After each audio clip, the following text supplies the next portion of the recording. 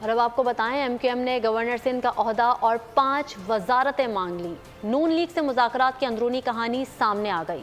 M Q M نے مطالبہ کیا ہے کہ پاکستان پیپلز پارٹی کو ہمارے معاملات سے الگ رکھا جائے۔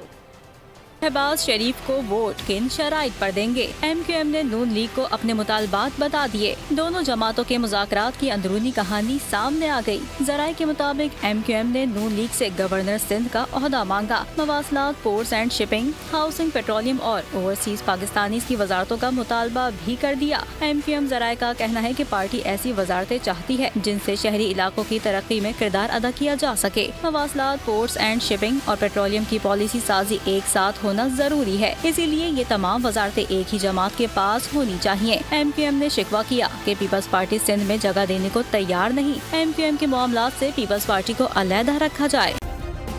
سبسکرائب کریں اور بیل دبائیں تاکہ کوئی خبر رہ نہ جائے۔